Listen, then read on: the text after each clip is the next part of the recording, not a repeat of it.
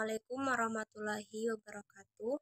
Di sini saya akan menyampaikan poin-poin mengenai materi yang telah diberikan oleh Ibu Nina pada hari Rabu tanggal 31 Januari 2024 mengenai belajar pembelajaran.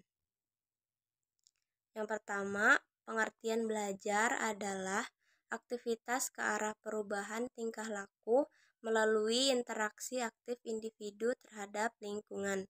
Ciri-ciri belajar dibagi menjadi dua. Yang pertama, dari segi proses dan dari segi hasil. Dari segi proses terdiri dari tiga. Yang pertama, adanya aktivitas yang meliputi fisik, mental, dan juga emosional. Yang kedua, melibatkan unsur lingkungan. Yang ketiga, bertujuan ke arah perubahan tingkah laku.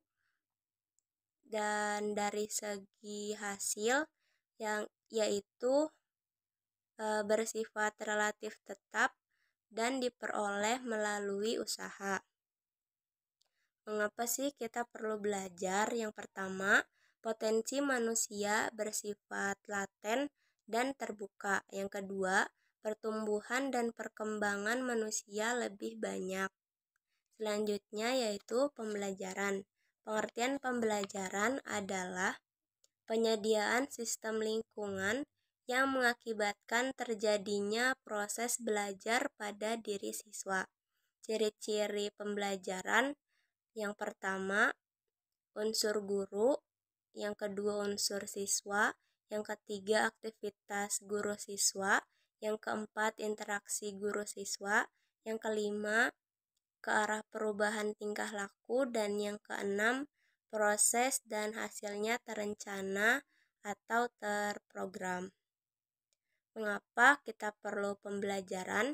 Yang pertama, peristiwa belajar itu tidak terjadi atas inisiatif diri individu.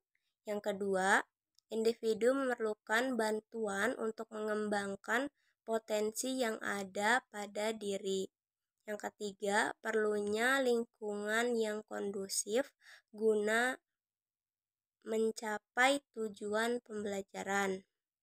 Selanjutnya yaitu faktor-faktor yang mempengaruhi proses dan hasil belajar pembelajaran, yaitu ada faktor guru, faktor siswa, faktor materi, faktor tujuan, instrumen, dan lingkungan. Yang pertama, faktor guru terdiri dari dua, yaitu kondisi fisik dan kondisi psikis. Kondisi fisik meliputi kondisi kesehatan fisik secara umum dan kondisi fungsi indrawi.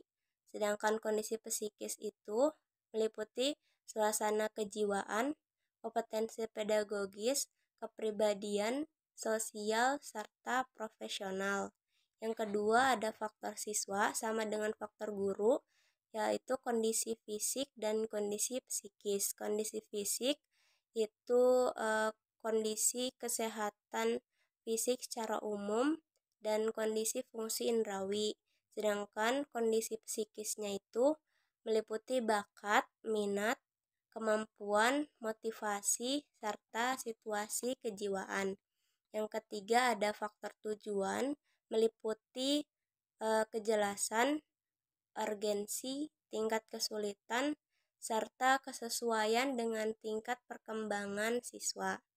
Yang keempat ada faktor materi, yaitu kejelasan, kemenarikan, sistematika, dan jenis materi. Yang kelima yaitu faktor instrumen, meliputi kelengkapan, kuantitas, serta kualitas. Dan yang terakhir faktor lingkungan terdiri dari lingkungan fisik dan lingkungan sosial.